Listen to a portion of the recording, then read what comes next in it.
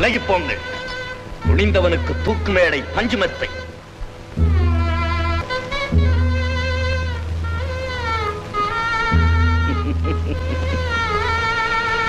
அன்று போரிலே உயிரை சிந்திய என் வீர மக்களோடு நானும் மடிந்திருக்க வேண்டும்.